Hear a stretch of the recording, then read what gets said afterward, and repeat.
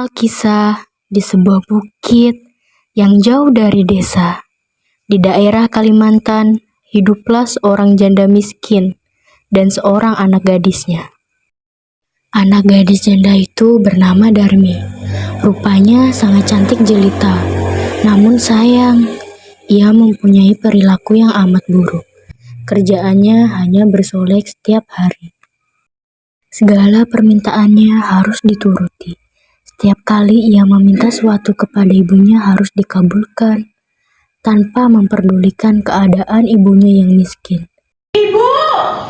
Sang ibu tergesa-gesa menghampiri putrinya. Ada apa, nak? Bukankah sudah aku bilang berulang kali? Aku bilang bahwa setiap aku bangun, ibu sudah harus menata kamarku hingga rapi, menyediakan lulur, air hangat, dan membuatkan minuman sari buah untukku. Kamu itu sudah besar, nak.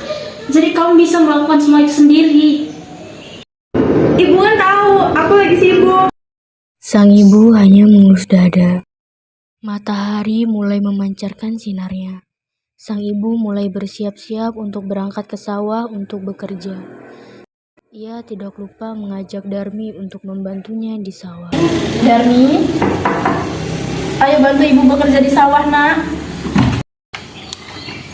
Tidak, Bu. Nanti kalau kuku dan kulitku kotor gimana? Apa kamu tidak kasihan sama ibu, nak?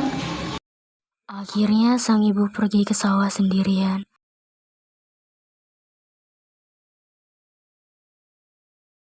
Setelah ibu pulang dari sawah, Darmi langsung menghampirinya.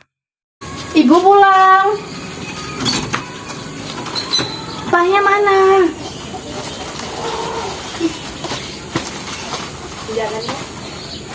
Nah, ini dia. Jangan, nak. Itu uang untuk membeli beras. Bedaku habis, Bu.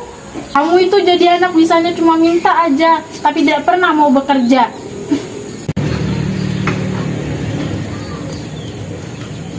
Bu, mana uangnya?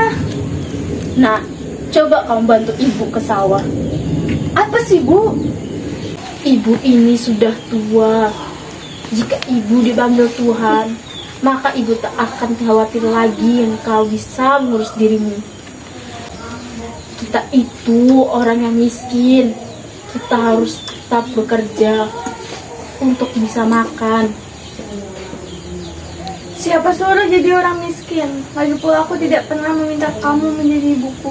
Baiklah anakku, ibu hanya memohon agar kamu tidak mengurung diri di rumah. Kenali lingkunganmu, agar ibu tenang jika dipanggil oleh Tuhan. Hari berganti hari, akhirnya sang anak mau menuruti kehendak ibunya. Ia tidak keberatan untuk kemanapun bersama sang ibu. Tapi anaknya ini mengajukan sebuah syarat, bahwa ibunya tidak diperbolehkan untuk mengakui bahwa ia adalah ibunya di depan umum.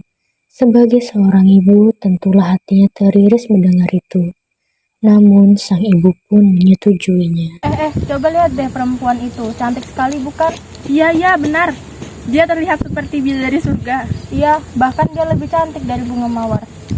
Ya, rasanya aku tertarik untuk berteman dengannya. Tapi yang di belakangnya dia itu siapa? Entahlah, siapa ya dia? Kamu kemana? Mau kenalan? Di lain sisi, para penduduk desa pun turut membicarakan kehadiran mereka. Murti, kamu lihat tidak wanita tua yang di belakang gadis cantik itu? Iya kak, aku melihatnya. Kasihan ya. Sungguh sangat kasihan ya. Siapakah dia sambil membawa keranjang belanjaan di belakang wanita cantik itu? Apakah mungkin dia itu? Jangan berpikir yang macam-macam, menduga itu tidak baik. Iya, baiklah kak. Hai Darmi, siapa yang berjalan di belakangmu itu? Apakah itu ibumu? Bukan, dia itu budak. Hai Darmi, yakin itu lain ibumu?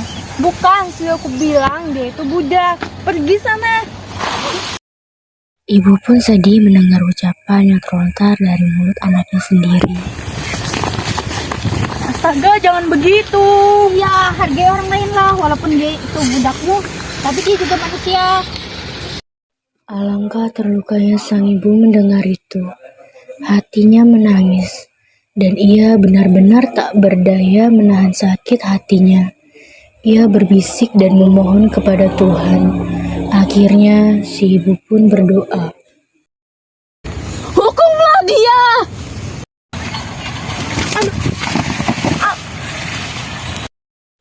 Atas kekuasaan Tuhan Yang Maha Esa, perlahan-lahan tubuh gadis durhaka itu berubah menjadi batu. Perubahan itu dimulai dari kaki. Ketika perubahan itu telah mencapai setengah badan, anak gadis itu menangis memohon ampun kepada ibunya. Ibu, ampunilah saya, ampunilah kedurhakaan anakmu. Ini ibu, ampuni anakmu. Maafkan ibu, nak. Ibu. Semuanya telah terlambat. Seluruh tubuh gadis itu akhirnya berubah menjadi batu. Sekalipun menjadi batu, namun orang dapat melihat bahwa kedua matanya masih menitikkan air mata, seperti sedang menangis. Oleh karena itu, batu yang berasal dari gadis yang mendapat kutukan ibunya itu disebut batu menangis.